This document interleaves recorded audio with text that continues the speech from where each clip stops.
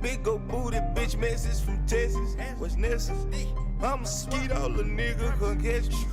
And that's my bestie, my best friend. Go best friend. Nigga living TTG and everything is still on fleek. Bad bitch rolling with me, she gon' smile cause she on fleek. $100,000 out my pay, my shit on fleek. Hello out there, welcome to the Best Friend Weekend Podcast. This your man Aldo Nice. And I'm the homie Raj. So don't introduce me. And as always, myself. I was gonna give you the as always.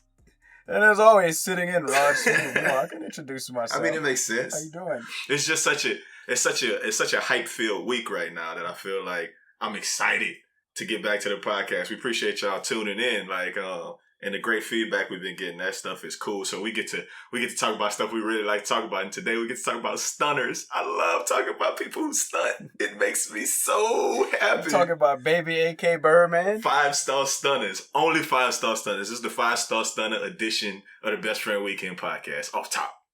That's how I feel about it. So I'm excitable. We will talk about Birdman. I swear we're gonna get Birdman. I feel like if you ain't stunting, you ain't winning. You're not trying to be great. That's really how I feel.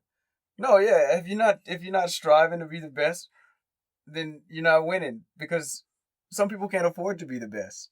So you got to look like you can afford to be the best. You got to look the part. I got some pictures of us from early circa 06, 05 or something, with like big old South Pole jackets on. I don't know what the hell we was wearing, but we all had like $20 bills and $10 bills in front of us, just cheesing and grumbling, stunning.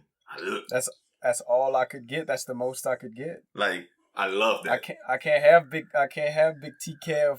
I can't spell my name in money. You know. Ooh, I wish I could spell my name in money. That was Instagram famous right there. Spelling your name in that Lucci. I love it. But let's just start with the number one stunner of today. Not the number one stunner of all time. Not the number one stunner of ever. I mean, did this dude used to be on Cash Money? I mean, I don't know. Was he? You gotta make me recollect. But we talking about the number one stunner of this week, and that's Shad Moss. Shad Moss has won the award for the number one stunner of right now, and I'm loving the week that has been, the week and a half or so that has been for Shad Moss, man. For those of y'all who don't know, I'm just gonna kind of elaborate, because I was on the phone talking to somebody today. He was like, what you gonna talk about? Matter of fact, this podcast is brought to you by our actual mutual best friend, Gramstar 30. What's up, Tim? And I was talking to Tim today. I got him on the phone out there in Starkville, Mississippi. Kicking it. Kicking ain't easy. Kicking ain't easy, man. Fat boy swag. Jet life. Jet setter. And he corporate thugging, you feel me? And he was like, what y'all gonna talk about? I said, we're gonna talk about a little BowWow, and I ain't telling you nothing else, but we talk about a little BowWow. And man was like, yeah, I've been hearing stuff. What that's all about? So, simply put, I ain't gonna talk too much about it, but because you people probably already know. So BowWow was headed to New York to do something, and he posted a picture, and he was like, oh, you know what I'm saying, I'm about to get out here and get this money. And the picture was of like this charter jet. And some fans found out that picture was lifted from another site. They was like, nah, dog, you stunting. And then the icing on top of the cake, somebody was on the same commercial flight with him. Took a picture of BowWeezy sitting in I don't know if he was sitting in first class or if he was sitting in coach, but they took a picture of him. I think he was just sitting in the front. He was just sitting in the front of the plane. Just in the front of the plane. It was just a regular flight, like from Lafayette to they snapped a picture of you, mans, and they was like, look, BowWow, you alleged to be charter jet setting like you Gramstar 30, but in reality, you over here just kind of sitting in coach with the rest of us. So that's the BowWow challenge, and it spawned a whole bunch of foolishness and tomfoolery online with people emulating BowWow and doing and just stunting in their own ways to do the BowWow challenge. What's your thoughts on the BowWow challenge, Raj? My thoughts on the BowWow challenge? Give me some thoughts. There's some I think it's funny. I don't consider myself, and I am technically a millennial, but I don't really consider myself to be a millennial. Like, these kids these days are so hilarious, man, and so creative. And the things that these kids have been doing. I saw a guy, he was getting into It might have been a Lamborghini or something like that. And he got in it. But then he walked up to the front of the camera. He walked up closer to the camera, and it was like an RC car, and it was hashtag BowWow challenge. You know, so no, I'm loving the BowWow challenge. If we take this to how I feel about stunting, like how I really feel about stunting, I feel like every single weekend I stunt. Every single weekend, as soon as I get a taste of some sort of substance that's gonna alter my state, I begin stunting. I'll tell somebody anything. I don't care. I'll tell them I got a private jet. I'll say anything to get what I want.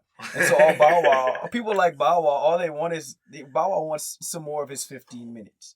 You know what I'm saying? And he doesn't even need it. Like, I mean, he doesn't really even need it. If BowWow hops on a plane, it's all good. I'm not mad at him.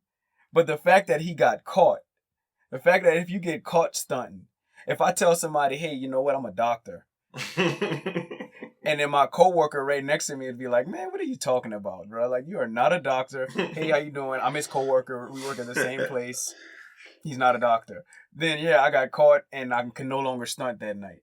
The BowWow actually got caught, and that's what actually made it a thing. The fact that he got caught, and it's funny, and the fact, I wonder how people feel about being made a hashtag or being made a challenge. Well, I mean, so I don't know. I think Soulja Boy embraced it. I mean, there's so many different people that haven't had a challenge. You know, there's some challenges I like. Some challenges. I think the first one I remember was like the ice bucket challenge, but then it's like the So Gone challenge, the Soulja Boy challenge. It's always a challenge going on online. I mean, I think it's got to be some. You got to embrace it the way that Soulja pop, shot the nigga pop, like the way Soulja Boy did. You got to hop on it and say, hey, I'm going to be part of that. I'm going to be part of the movement. I'm going to be part of the joke. Because if you're not part of the joke, then people laughing at you. You got to allow them to laugh with you. Yeah, I do. I feel like you do have to embrace it. That's a real thing. Like I don't remember who the comedian was, but this is what I thought about. He was like, there's one of the differences between black people and white people. He was like, when you lie to white people, they like, oh my God, I can't believe you would lie to me. That hurt my heart. Like, I thought we were better than that. And he said, like, it's nothing black people love more than to catch a nigga in a lie. Like, to be like, boy, you lying. Like, so I feel like we all sitting there like, we done caught BowWow on a lie cutting, and it's the funniest thing. Like, we all get to clown about it every day. And like you said, people get to be mad creative online. Like, I saw a girl, like, talking about me and Bay, and it just had her shoes and his shoes. Then she zoomed out, and she was holding some pants. Up there with some shoes next to it. Yeah, so, I saw that. So, I mean, but it, like you saying, I think we kind of had that same understanding that it's funny. And so what? I don't care about BowWow. Like, I really don't care about BowWow. Like, he was more famous. But you used to care about BowWow. Absolutely not. I was always a Romeo person. That's so ludicrous. What do you mean? And no pun intended. Hold up. You telling me? Let me ask you a question, because I don't think we discussed this. You were a BowWow person? You weren't a Romeo person? I feel like you were the only Romeo person. Ooh. I feel like everybody was a BowWow person. He was like, okay, so one, you're older than I am, so maybe you don't quite understand. Go ahead. But BowWow was like, I think BowWow and I are about the same age, or if give or take a year or two. Except you're ascending and he's obviously doing what he's doing. When BowWow was making like BowWow music, or when he was Lil BowWow, it was like stuff for me to listen to. It was catered to me. I agree. You were the target audience. So, I mean, and of course Romeo was not your target audience. I just think I don't know why. I guess he was Master P's son. Oh, okay. What made you like Romeo? Let's just go back. And I mean, I hate that I got to bring it back to this, but we had this conversation all the time. I don't understand how you can be a Cowboys fan and be from Louisiana. I mean, I felt like I'm just the biggest Louisiana supporter. And if there's a competition, quote unquote, and people are putting it as like one versus the other, I'm going with the Louisiana Cats. So I'm going with the Romeo. Even though neither one of them were really my target audience. I didn't listen to either of their music. Like, I don't know any BowWow or Romeo songs. Maybe I know a few BowWow songs. Actually, I probably do from like way later in his career. But I feel like you know more BowWow songs than you think you know. Let's not do that. Let's not make me out to be about. Let's not create you a BowWow fan. And I mean, then to BowWow even was to take on this that to tour. the Saints. He was on that tour though with B2K, and I know a lot of B2K songs. I used to really like B2K. I'm not gonna lie to you about that. I went to that tour, that concert whenever it came to Lafayette. Okay. And I 100% went to see B2K. Me and everybody else in there went to see B2K, but BowWow was the headliner. This podcast is brought to you by Omarion. And I'm a Scorpio. That's what he said on one of them songs. And I know what a girl wants. Just so you know. And I got an icebox where this heart used to be. Exactly. Love it. So I did take it to Louisiana. I'm always gonna take it to Louisiana, Raj. What you thought? Who you thought you was talking to on the phone, man? Yeah, but you can't take everything to Louisiana. That's just irrational. Yeah, I can take everything to Louisiana. Lil Wayne just or like Jay-Z. Lil Wayne. Kevin Gates or Paul Wall. Kevin Gates. You know what I mean? Paul Wall. I don't know why I said Paul Wall. But I'm Boosie or Royce the 5'9". Like, come on, man. Like, yeah, I could throw somebody fire from Louisiana. Cleo Fields. That's not fire. Cleo Fields or Obama. Cleo Fields. Straight up. Nah. If you're from Louisiana, I'm rocking with you. Absolutely. Odell or the world. I'm rocking with Odell. And he only like chicks. Nah. That's what I'm saying. Yeah. So anyway, man, like I'm a little thrown off about the fact, but I did read this one article on BT. It was by this young lady named Aaliyah King, and she was talking about how we should not be like talking down on BowWow. Like, you don't know what it's like to have everything and then just kind of be a regular dude. BowWow, she actually said in the article, and I quote, even though I'm not really quoting because I'm not reading it right now. She says something to the extent of, the real BowWow challenge should be you go and sell out Madison Square Garden 3 times before you 16 years old. And she sounds like somebody that should be in the comment section.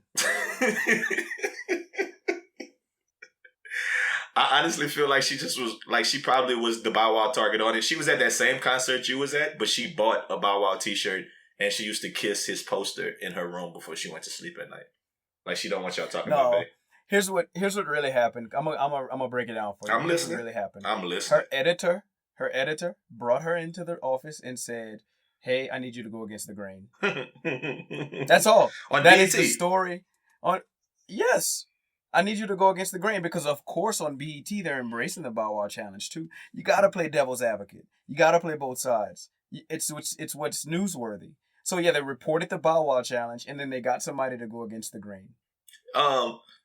But do we both agree that Romeo is a more successful human being, like going forward in life, or are we in disagreement about that now too? I'm pretty much in disagreement of that too. Can you tell me what Romeo is doing right now? I've watched the show. He had a show. He had like maybe 2 shows. Like, yeah. It's like a him and Angela Simmons show. That's like our parents used to do stuff in Hollywood show. And I don't know, he was like wasn't he in the Celebrity All-Star game this year at the All-Star weekend? I mean, he's in the public eye. He didn't score. But he not over there sitting and coach, I bet. I bet he really is in a charter jet. How about that? How about that? How about them apples? Hey. How does his dictate? So anyway, let's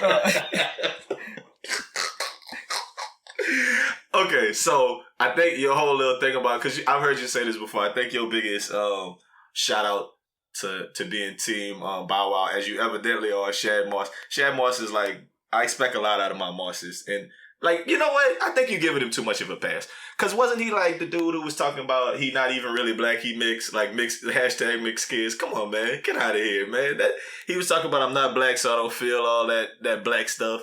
He been doing a lot of little faulty stuff. There was another little post with him like, oh, they don't even know it's me. And he was like hiding behind his camera, but nobody cared. Like, come on, man. BowWow been like not live for a while, man. As a grown up. Was live, man. BowWow actually hosted 106 in Park for a while. Okay. Like 106 in Park was like so AJ was live. Everybody our age. Yes. AJ was live. Yes, AJ was live. Yes. Why wasn't AJ live? He was the host of 106 in Park. Terrence was live in AJ, man. AJ. Stop it, man. Okay. Yeah, sure he was. But I loved AJ and Free. You didn't like AJ and Free? I like Free. You didn't like AJ? I like Free. And you know who Free used to talk to? Birdman, Stunna Edition, Best Friend Weekend podcast. Like AJ. Why would I like AJ? I don't know. He was the host of 106 in Park. Nah, I wasn't really a big AJ fan. Honestly, I just wasn't, man. So maybe I'm against the grain in a lot of things of the time, man. I remember, yeah, man. Yeah, maybe you wrote that article on BET. I remember a dude was on 106 in Park on Freestyle Friday, and this nigga came up and his flow was like, "Dog, you rap like AJ Dress, dog. Terrible." I thought that was the funniest shit I ever heard in my life. Then they cut the mic off on him and made him lose because he talked down on AJ, dog. Anyway. It's just, I guess that's an aside. But, yeah, Bow Wow Little Life ain't all that lot. But he did used to be with Sierra. So, I mean, I guess that's like his highlight. I mean, I think Bow Wow's childhood career was his highlight. He had a great childhood career. I think if you go based on careers or forget who we like, it's like trying to compare like Joe Horn and Randy Moss. Like, yeah, cool. I like Joe Horn because he was a saint, but like Randy Moss had a better career. As far as careers go, as far as music careers go, I'm not 100% sure, but I'd be willing to say Bow Wow had a better childhood career than Lil Romeo did. Well, I mean, yes. Well, didn't Lil Romeo have a show on like Nickelodeon or something? Listen, once again, wasn't my target audience. So I wasn't really in the mix for all of that, but I feel like Romeo held his own on the childhood spectrum of what child stars do. I mean, of course he was forced upon us because he was Master P's son, but Romeo was an unoffensive child star. He was, and into adulthood. I'm gonna keep rolling with that. There's no Romeo challenge running around by Romeo being a clown. Romeo hasn't been a clown as of late that I know of. So yeah, Bow Wow wasn't a clown last week either, but that shit happens. One day I might have the Rod Smooth challenge. You never know. You would like that, though. You would be happy about it. You would love it. I would embrace it. I would do it. Whatever it is, I would do it and hashtag myself. You can't just hashtag yourself. That's not how these things work, man. Well, that's what I would do, man. Gotta go against the grain, right? Talking about that Sierra thing, I remember this story, and this was like one of the funniest stories. Now, this was, I don't know, it was this article it's not an article, it was an interview Bow Wow did for a magazine. And he was talking about how, like, him and Sierra right after they broke up, and he was being real, like, niggerish, and he was talking about Pinocchio playing with some wood and all kind of crazy shit. I thought it was, I don't know if you remember that. But when he was sitting down and talking to him, he was talking about how he punked Jay-Z, and he was like, Sierra used to pee on herself, and she peed on herself, and Jay-Z started laughing, and he was like, shut up, everybody can't hold their water like you and the rest of these camels. and then he allegedly slid Beyonce some Tic Tacs and was like, nah, your breath stank. Like, he said this in a magazine. What are the odds that story's true? What are the odds that actually happened? Well, let's get back to stunting. Let's revisit that topic. I don't think that there's any truth to that, because I think that, you can't, okay, so me, if I saw Bow Wow in the streets, I would probably want to hang with Bow Wow. Matter of fact, Bow Wow was out here in Denver last week when Cody Ray was out here, and we tried to go to his event, because it's Bow Wow, like, I'm riding on Bow Wow, but, if I see Bow Wow in the streets, I wouldn't mind taking a picture with him. Like, it would make me happy. I would, would probably post it and say, yeah, hey, Bow Wow, me and Bow Wow, from 2017, aka whatever, circa. So I think in that same light, if Bow Wow was in a room with icons like Beyonce and Jay-Z, he would feel the same way. So no, he didn't say that. No, he did not. He's physically and mentally and emotionally incapable of telling Beyonce and or Jay-Z and even or Sierra how he really feels. I mean, I guess that was back in the Poopa Scoopa days when that man was like a badass Bow Wow who was out here doing that. So I mean, I guess he was trying to sell that image, but so maybe it happened, maybe it didn't, but it's whatever, man. Anyway, I was looking at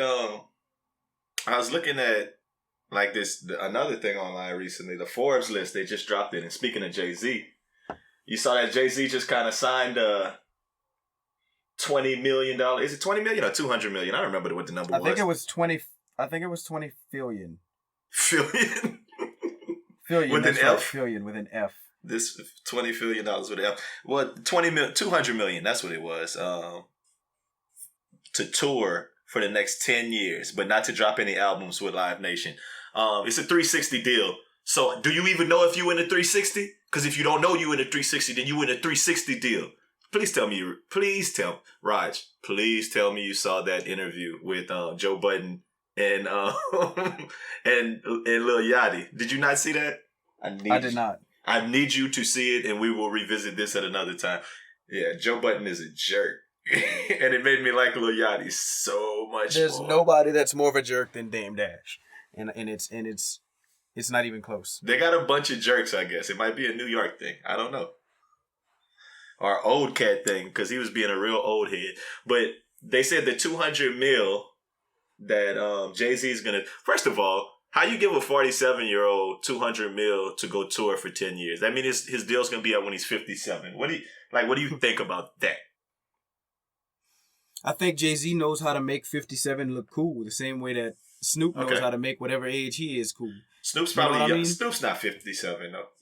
No, I'm not saying he's 57. I just whatever age he is, I bet you he's pushing 50. I bet you he is. Yeah. So anyway, I think whenever Jay-Z gets to be... Jay-Z, you see, whenever people get old, Jay-Z's going to be just like, The Who, the Rolling Stones, if the Beatles were still together. Like those old, like... Why can't Jay-Z be relevant in his old age, just like these guys are really relevant in their 60s, So he's gonna sell out shows. Elton John, I got you. If Elton John has a concert right now, and I'm sure Elton John is maybe even pushing 70, he might be in his 70s. He's still relevant. He still sells out shows. He has followers that don't care what song he plays from what album. They're gonna be there and they're gonna buy tickets and they're gonna listen to that music. So yeah, Jay-Z, it's remarkable, but I think that he's one of those icons. And so. I think maybe just in the back of anyone's, well, in my mind in particular, is just that that doesn't often happen with hip hop musicians. Like I guess Run DMC and other groups of that nature. Hip hop is relatively new. Yeah, so I mean, I guess that we're getting to that age where our hip hop stars of when we were growing up are gonna be of that age group to where we'll still want to be listening to Jay-Z, I guess. If I want to still listen to Jay-Z when I'm 45, which at that time he'll be pushing close to that 57, 60 years old, and okay, maybe so. Maybe you're right. Maybe he's worth it. I'll go, and I'll have money to go to that concert. So, right. You'll have money and time because you'll be really close to retirement. And come on, man. In theory. On, man. So I want to retire early. With the 200 M's or fillion, however much money he's making, that means he's going to push up to the top of the list probably. So the other usual suspects, I don't know. Do you know who the 5 are that's in the Forbes top 5 hip hop artists? Why don't you go ahead and tell me? Why don't you go ahead and tell me? All right. Well, right now, you could guess. I'm sure you could probably guess, but you could guess who's number 1. Diddy. Take that. Yeah, Diddy's number 1. And Hove was number 2. Then after Diddy and Hove, we had to we go to Dre. I think after Dre is Birdman. And then we rounded out with Drizzy. Drizzy Drake. Drizzy Drake. The relative newcomer. Well, Drizzy Drake's the only person under the age of 47 on the top 4. So that's a thing. It's a different thing, but it's a thing. He's the only one under the golden age of life, and he's just 30, so that's crazy. But if you look at the money difference, it's substantial.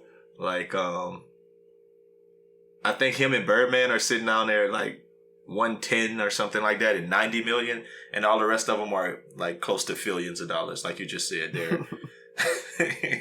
Yeah, it's inevitable. Like these guys are making so much money, or they're worth so much money that people, the Diddy's and the Jay-Z's of the world are the only two that are kind of relevant. Because I think whenever you make a top 5, they should be relevant. Like they all should be around the same thing. This should literally be a top 3. Would you agree? Yeah, I think I would. But it's not a true statement. It's like 1 to 3 and then everybody else. It's 820, 810, 740, and then 110 and 90. I mean, I don't know. That 110 and that 90 shouldn't even be included in this list. This should be a top 3. There's no point in having a top 5 if the last two, you know what I mean? Yeah. Like, I mean, that's like in the NBA there's big threes, there was there was LeBron, Dwayne Wade, and Chris Bosh, right? They didn't call him a big 5 and throw in Mario Chalmers and Ray Allen. You know what I mean? Like it was only the top 3 were relevant because they were 90s on NBA 2K. So. But they wanted to put them boys in it. And if the number 1 stunner is in it, I'm okay with that. Diddy's a huge stunner. This is Stunna Edition. I love it. But when Lil Wayne, I mean, I know I'm sitting here like looking at that kind of like Diddy's got these other ventures and we know Diddy's got a ton of other ventures. We know Hov's got a ton of other ventures, including Tidal and everything else, and Dre with beats and everything else he does. Is Birdman's only other venture like robbing and and getting over on niggas? Is that like all Birdman's other? So I don't think I think Birdman runs the music industry or has been running his record label like a real G. Like not like a businessman, but like a real G. Because if you notice, I mean, and you notice, we were both around whenever for the start of Cash Money Records, right? And Cash Money started out, I feel like Juvenile was the headliner. And, you had Manny Fresh. I thought it was BG, but go ahead. Different eras. BG was different eras. Big too.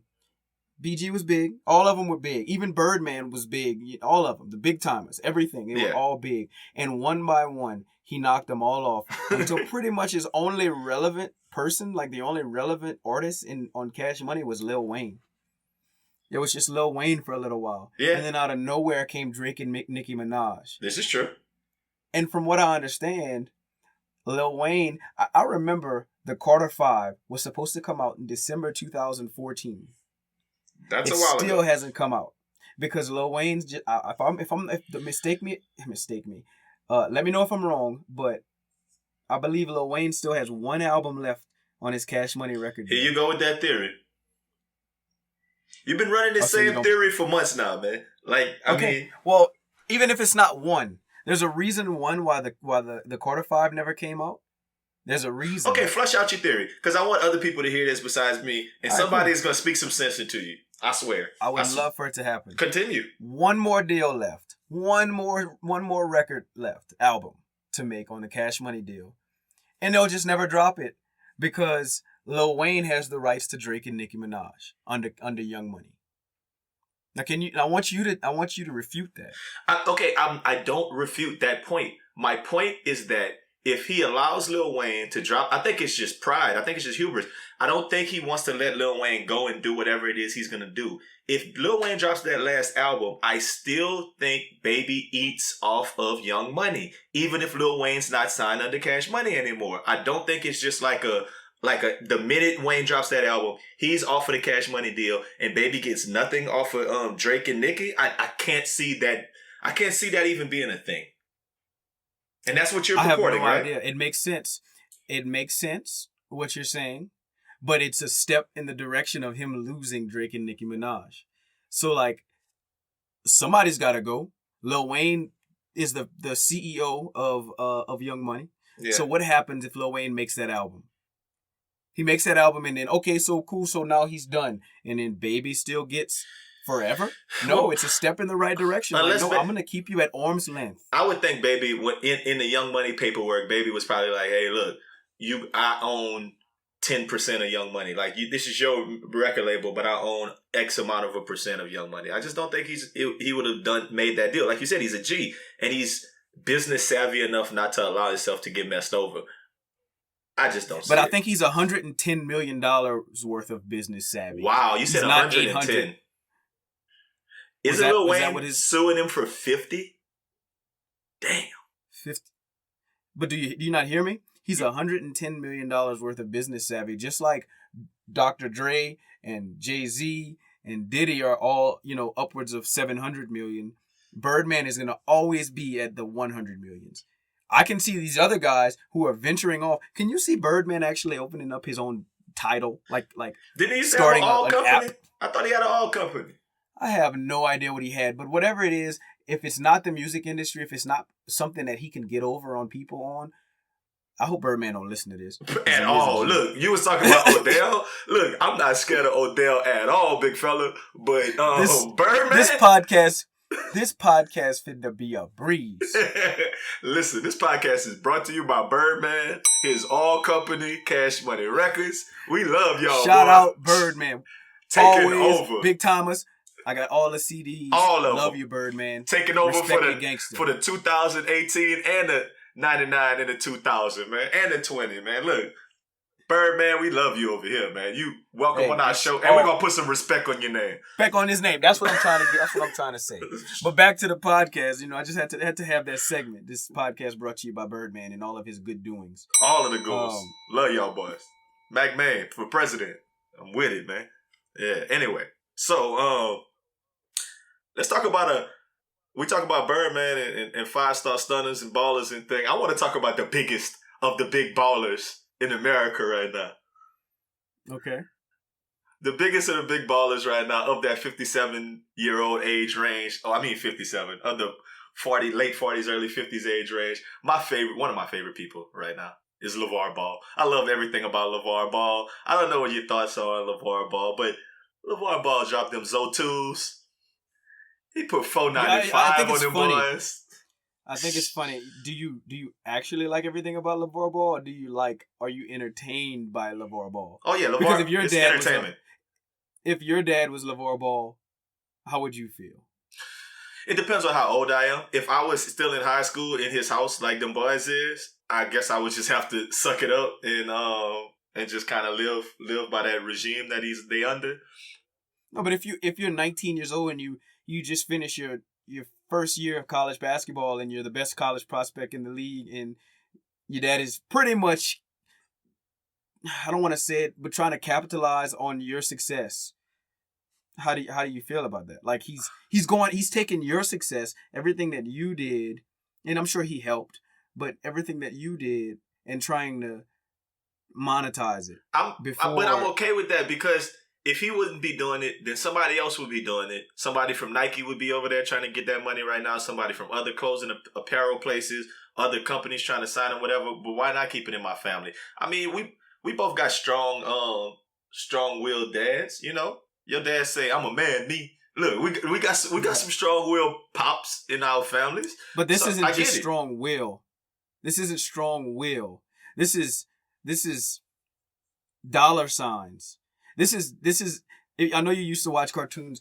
This is Tom and Jerry sees, I don't know, he sees something, he sees a pound of gold in the garage and has dollar signs in his eyes. That is exactly what this is.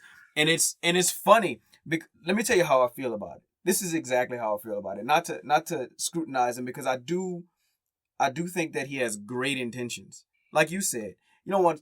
If he wasn't doing it, then someone from Nike, Adidas, Under Armour, overseas, of course, would be trying to do the same thing that he's doing for a less amount of money. Yes. Respect it. But this is how I feel about it. If you're gonna do everything that Lavar Ball is doing, and you're gonna say, okay, well, cool, you're gonna run off Nike, you're gonna run off all the big brands, and you're gonna say, I'm gonna create my own shoe for my son. And please make it be worthwhile. Oh, you don't like the shoe? Please make it be something personable. Oh no, I would never be caught dead in those shoes. They look just like some old Kobe's, right? They're like some knockoffs. He said that he sold, if I'm not mistaken, around 500 pairs already. At $500, at $500 a piece. About 500 pairs of shoes. Okay. Every single one of those people bought those shoes just to support him. That's the only reason that they've been bought. None of those people have bought those shoes for visual aesthetics. If we're talking about the specifics of the shoe, a lot of times I'm not even a big fan of it. I mean, they can't look horrible, but sometimes there's a status that goes along with ugly things that people buy because they say, hey, I got some of these. and to be supportive. My only issue is $4.95 feel like it priced me out. Nope. It priced me out. But okay, so now let me take you back to this. Had those same shoes cost $2.15, I would have considered it. If those shoes cost $10, if those were a la Starberries, I wouldn't have looked twice at them. But that's not Starberries. I know that's not the motive. It's not the motive. They're worse than Starberries. I'd rather own a pair of Starberries than those shoes. I think the Big Baller Brand logo kind of sucks, but I don't. I think it looks like Big Black. You remember Big Black from Robin Big? Didn't he die? It looks like he died. He did die. R.I.P. Well, Big Black. R.I.P. This podcast is brought to you by Robin Big. You know, rest in peace. Yeah, Big Black, man. You're missed. Okay, circling back to Lavar. I'm a fan of the whole black father in the home, raising kids, being a part of their life. He's an overbearing, like, dad, like sports dad. That's what he is. But I mean, I've seen overbearing sports dads with kids who suck all the time. I used to coach and I used to see this all the time. The thing is, this is an overbearing sports dad with kids who are dope. And so he has a 15 minutes of fame. And why does he have 15 minutes of fame? Because he's more personable than his kids. Like, if this was all up to Lonzo Ball wouldn't be, like, getting all this hype. Lavar is getting the hype behind him, man. Let his daddy take the hits. I like how he's just a colored daddy, though, man. Like, I wish my sons would disagree with me. That's not true. I don't love anything about Lavar Ball. He's entertaining, but he's only entertaining because I'm not directly involved. If I was somewhat directly involved, he would aggravate the hell out of me. To say my son doesn't need advice from Kobe, I mean, maybe he doesn't, but just take the advice from the legend. To say I can beat Charles Barkley or I'm better than Michael Jordan, like, now you're doing things. You know what he's doing? Let's circle back to the beginning of the podcast. What is he doing? He's stunting. He's stunting. Okay. He's stunting. He's stunting. And he's winning because he's creating news. He's winning. But Constantly. It's aggravating to people. It's aggravating. But you know what? It's just going to be, all it is going to be a fix. The only way that Lavar Ball becomes any type of relevant is if Lonzo Ball is actually as good as he thinks he is. He doesn't have to be Lonzo Ball. He got 3 shots at this, man. Not the fat one. The fat one not gonna be really good, but the little one. If the little one's good, the little LaMelo, he got a couple of shots to have some kids who are in that league. So I get your point. Let me ask you this. I'm curious about this. Are you rooting for Lavar Ball? Am I rooting for Lavar Ball? Do you want this to work? I'm rooting for Lonzo Ball. So you do want it to work.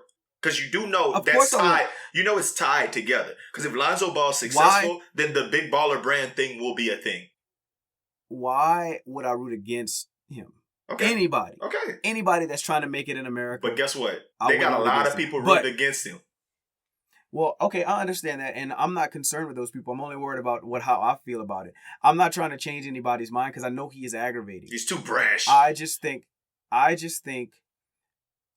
he needs to take it a notch down. Build your brand, but all of the controversial comments that he makes, that stuff can stop to me. Like, that's the stuff that makes me hesitate. Agreed. To support him. Agreed. He says some cringeworthy things that sometimes I'm like, damn, why'd you like, you could have not said that, and I would have, like, I can't get behind everything he says. He is kind of a buffoon. He is kind of, but it's that endearing. That's the endearing characteristic to me. It's like your dad. Like, sometimes, like, I used to go to the barbershop with my dad and he'd be talking all of the shit. And I used to kind of like that people would be like, oh, here he come talking the shit in the barbershop. But sometimes he'd say cringeworthy stuff that I'd be like, damn, Pops, chill out, man. Like that, like, stop. Don't say that out loud. So your dad is going to say some stuff that sucks. And Lavar Ball's not all that polished to just be exactly right. So, I mean, I can get behind his movement. What I don't understand is I have 0% understanding as to how Lavar Ball could be married to a white woman. Like, I don't get that. Because, like, he was on this interview today and he hate bunnies more than, like, Minister Farrakhan. Like, maybe he just hate women in general, because, like, this reporter was trying to get a word out of him. He was like, I'm not talking to you, woman. And he had his back turned and she was like, you hate women. And that's why I know nobody's going to sign you. And that's why Nike and Adidas don't want to deal with you or your brand. And he just wasn't like talking there. He was like, I'm just going to ignore you. He just, that seems like kind of counterintuitive, but he said some ridiculous stuff about his wife. Like, I married me a tall woman just to make me some basketball players. Like, he says crazy shit. Like, yeah. I still like so, LaVar. And all that to say, let me circle back again. I like LaVar. He's nothing like my dad. So to try to compare him to somebody's dad, maybe he's like your dad, but he's nothing like my dad. Hey, I own it. My dad don't. My dad talk shit. My dad might talk shit in the barbershop too. Okay. But, my dad's not gonna talk shit that doesn't make sense. Oh, well, we got two different pops there. My dad didn't talk some shit that don't make no sense just to be talking. No. Well, and you know what? It rubbed off on like me. Father, and, like and son. You talk shit. Like father, like son. The way that you talk shit makes sense. Everything that you say, for the most part, because there's some things. I mean, I'm a dupester, like I like to fool people, so I guess some things don't make sense that I do, but it still has good intentions. I'm not trying to create a rise out of somebody. I'm not trying to. I gotta take back. Yes, sometimes I do. You do be trying to get a rise out of people. But I don't argue about stuff that doesn't make sense. I don't say, oh man, I could check Will. No, I don't. Stop. We can't rehash that conversation. Tim could check that man in the slot. Chill out, man. Okay, let's change it. Whatever. Let's change it. I got like one or two more things I wanna get on before we get out of here, because I want to watch the end of this LeBron game. LeBron game. And let's keep it with basketball for a second. And our collective mans, our point guard on our hypothetical basketball team had the crap game of the season, man. Right after we big up James Harden, he went out there and laid the ultimate egg and was trash. And the Spurs got them up out of the playoffs. You know what my man James Harden did that night after taking that L, dog? What did he do? He was seen in a Houston nightclub, and he was out there partying it up with other celeb types. And then after he was finished tearing it up in this Houston nightclub, he was out at a Houston strip club, and he was going in. They said he was at a club called Set. I've never heard of it. I live in Houston. Houston, they be popping up with all these clubs all the time. But they say he was in college with Kylie Jenner and other people, and then he ended up at Dreams that night. So my question, and I do want to add this because you need to hear this about Houston folks. I love y'all Houston people, but get over yourselves. Why y'all chanting MVP after he just sucked in the game? Y'all are in the club chanting MVP, like while he's out there with y'all partying the night that he got thrashed. I don't know. What are your thoughts on our man James Harden, man? Give me some redeeming characteristics about this, Raj. Was this okay? So when, it's funny because I can tell whenever you're aggravated in a certain sense. And whenever you were visiting me a few weeks ago, I put on a video, and the name of the video was why James Harden should be the MVP of the 2016-2017 season. Yeah. And you completely disagree with it. You were aggravated the whole time, and any valid point that the guy made, you just didn't want to hear it. So I kind of, to me, James Harden is the MVP. To me, James Harden had a remarkable season. If you look back at it, he averaged two less points than Westbrook, one more assist, and maybe 3 less rebounds. Okay. Did he average triple-double? I don't even understand why you're asking. I was curious about it. He didn't average a triple-double. I didn't know if he averaged a triple-double. Did the guy that averaged a triple-double go past the first round? I thought this was a regular season award, but continue. No, that's all I'm saying. So I think part of the argument of when someone's gonna win the MVP or whoever's gonna win the MVP is winning too. James Harden took a team pretty equally talented as Russell Westbrook's team further. So anyway, we was talking about how I feel about him celebrating his season, parlaying after such a horrible. Man, it was so funny. I saw a meme I saw a meme on my favorite. Shout out. How about this? This podcast is brought to you by @Daquan on Instagram. Again. If you want to laugh, just scroll down the Daquan timeline. It's the funniest thing ever. @Daquan. Don't miss it. Since we talking about Houston though, this podcast is also brought to you by Edo Hand Car Wash, man, with my boy Jay Harry. Edo, your car might not leave that clean, but we gonna eat though. Let me get me though. If you an A side, I'm from the B though. So anyway, James Harden, to me, I have no problem with him partying after the loss. Do I think James Harden should have been in his bed in a fetal position crying about losing in the playoffs? Hell no. He makes $1 billion a year. That's right, ladies and gentlemen. With an F. With an F. He makes $1 billion a year. He just had a very, very, very, very historic, successful season. And he lost to the better team. That game ended. Life goes on. James Harden is a known partier. I would have done the same thing. So I have no problem with him going out the night that they lost. No problem. How you feel about the MVP chance? How do I feel about the MVP chance? Well, one, he's my MVP. So you would have changed. So if you was in the building, if I said, "Hey, Raj, let's go out tonight after the Rockets lost. Let's hit it. We in Houston." And we go out, we see James Harden. Are you chanting MVP with the rest of them? No, because I don't do chants. So no, I wouldn't have chanted. But let's just say if I know how I feel about my Louisiana sports, and if I don't usually do chants. Okay. But if I was in the club, okay, I get it. If I was in a club with Anthony Davis, and Anthony Davis just had a historical season, and I thought he should have been MVP. And he just lost. He had a horrible game, one for the ages. And I saw him in the club, and I was drunk, and the rest of the club was chatting MVP. Because I love Anthony Davis being a part of my team, yes, I would have been a part of the chant. And so I have no problem with the chant. I think Houston people a lot of times just be looking for something, looking for their little moment, and they was going in a little too much with that. That's a little far-fetched after your man's just had a terrible game. Y'all supposed to be upset and you're not supposed to be that forgiving that quick. Maybe in a week, not the night of. I just don't feel that way. Okay, so I think you got my position a little mixed up on this. I do feel like James Harden is a human being with a job just like the rest of us. And his season is over. That man, work is over. Like I used to be a school teacher when last day of school's out, homie. Like go drink, go carry on. I have no problem with James Harden going out and turning up. Maybe he should have laid a little low, but he didn't. So whatever. My problem is that he went to Dreams. Let me give you a little quick story.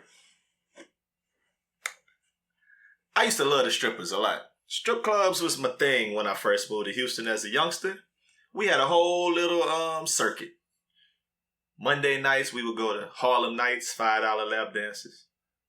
Tuesday, we go to $2 Tuesday at Onyx. $2 dances, $2 drinks. It was going down. It was the ice cream palaces and the legends and every other strip club in and around Houston. Houston had some of the better strip clubs going, and it was some fun times. These things they call strip clubs nowadays, I just can't get behind the James Hardens is of the world and the rest of these folks and the rapper types and just the regular individuals getting behind these V Lives and Dreams is. There ain't no strip club. That's an after hours party. You get over there. I went to one of on them old strip clubs, man. I would go to like Onyx and I'd be sitting down chilling. I didn't met Dikembe Mutombo, Clinton Portis, Allen Iverson or Chameleonaire. I don't remember which one, but they look exactly the same. I think they're part of the same tribe.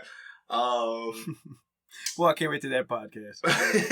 But like, I didn't spend money with some of the best of them, and then I'd go sit down in my corner. The baddest chicks, the baddest Lalas and Fifis would go with the NBA ball players and the rappers to the back.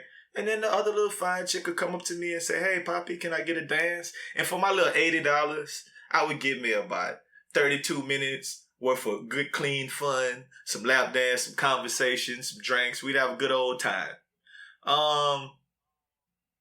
They don't even ask you for lap dances. Before I went to V Live one time, they charged me $20 to park, $60 to get in.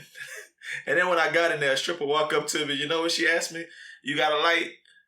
She didn't even ask me if I wanted to get a dance. Like, come on, man. So I don't need y'all perpetuating these terrible new age Houston type strip clubs, and I hate everything about it. And I know James Harden loved the party and he loved the strippers, but that was my biggest gripe with it. So I know. Let me ask you a question. I'm listening. There's two things that have changed my life. I know if I made $1 billion a year, what I would do.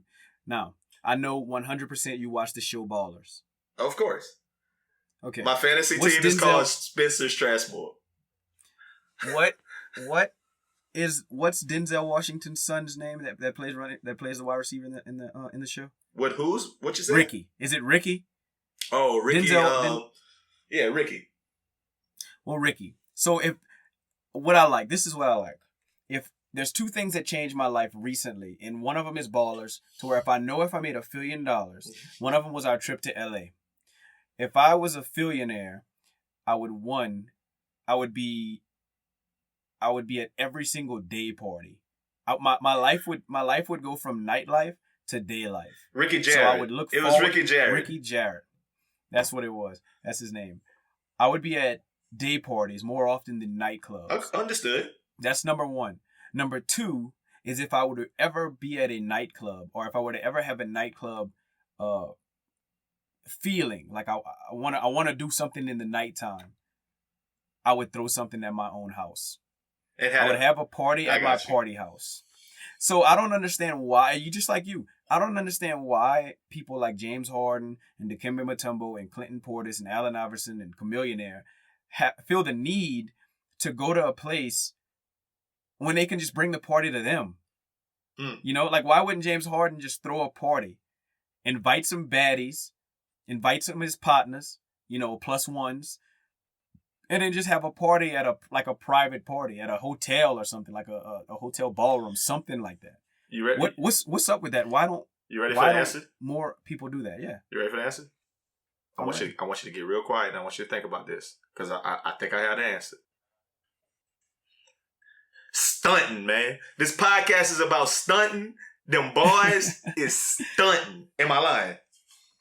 No, you're not. That's a great answer. But I have to ask you, if you were a billionaire, God, that's so hard to not stunt. But if you were a billionaire and people knew you were a billionaire and you're on TV every night and you average the most points in the league and you're probable MVP, do you care about stunting? I'm the man. I don't think I would. I would like to think that I wouldn't. But why? Really but listen, why do we go out to begin with though? It ain't all about stunting. It ain't all about like carrot. Sometimes it's about being around people, hearing the music, having other people, like seeing people you haven't seen in a while, like running into people. Like there's some of that element to going out that like, oh, I might run into this cat that I used to hang out with 10 years ago. Or I'm going to hear a song I never heard before. Or like whatever the case is. I think there's a little bit of that to going out too that you don't underestimate that part of it. That part of it might be a real thing for people. Yeah, and you know what? Just I guess in really thinking about my, what I would do if I was a billionaire, it's probably a little difficult to set up a party. It's probably a little bit more expensive. So it might be a good idea to go get a private room at V Live. I get that.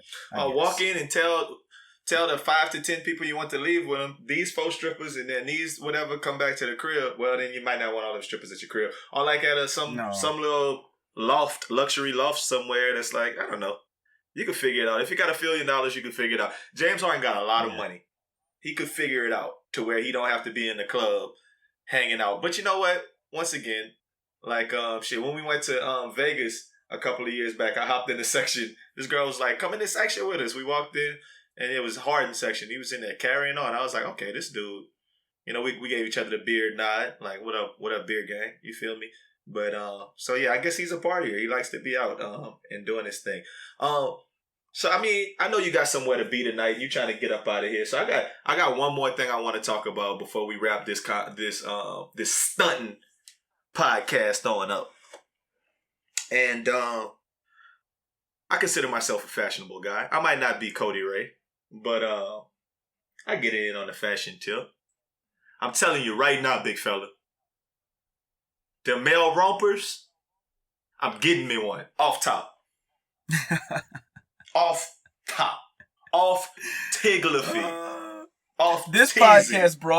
This podcast is brought to you by Who Cares Clothing. Get your rompers at Who Cares Clothing. I don't know what else to say. Listen. But no. I need me a romper. If you say these two things in the same sentence, I am on my fashion tip. And I am going to wear a male romper. Those things cancel each other out, so you are not on. No, those things are not mutually exclusive. So the thing about it is, I went There's to a certain crawfish things ball that about a week celebrities ago. and athletes can wear that regular people like Aldo Nice and Rod Smooth can. Hold up, I went to a crawfish ball a couple weekends ago, and Blue wife, shout out Blue Diamond, BDW, and Andrea. Andrea was like, Al, why you at my house with them loose booty shorts on? I have been some little bitty shorts. I like wearing shorts that's about 6 to 8 inches above the knee. I like to show my quads, you know, like when I'm out here. I'm okay with that. I'm confident in that look. So when I saw Cam Newton in that romper, I didn't like it. I didn't think it was all that. I thought it was a little whack. Then I saw some other little rompers. Then I saw some romper spreads online with different people wearing rompers, and I was like, okay, this is a different shaped individual. This isn't just Cam Newton looking weird. It's a whole group of people, black men and white men, together in this spread for this magazine, and some of these look kind of cool with the romper on. I'm getting me a romper, big fella. It's like a leisure suit. Your daddy had a leisure suit in the 70s/80s, 60s, whenever people wore leisure suits, he had one. It's a leisure suit with shorts. That's all a romper is. And I'm going to wear me a romper. Off top. Okay, I got to tell you something. There's certain things that you're on that I'm not on. One thing was a dashiki. I was not wearing a dashiki. So, you know, and there's certain things that I probably looked at as being weird at one point in time that I it's a part of my fashion staple. Skinny jeans. I was so against skinny jeans it wasn't even funny. Okay. I thought they would look so weird. It was just gothic people doing it. You know, it was just emo and gothic. Uh-huh. And then I remember it was a transition though. My jeans got smaller and smaller and smaller and smaller until now I wear skinny jeans. And I like them to be really skinny. There's no transition for me to make from my shirt and my pants not being connected to them being connected. There's nothing that can happen. I'm not saying my pants got to snap between the legs in the middle, but I wear shorts and I wear like Canadian suits, like the jean outfits that match top and bottom. So I'll match my top and the bottom every now and again. I wear sweatsuits that match top and bottom. The male romper kit, I feel like I could pull the look off. It's got to be a little bit bigger. I'm not gonna wear one of the little tight skin ones that I got the moose knuckles showing, but I could find one that's of appropriate size and rock me what do they call them today? A rump him, not a romper.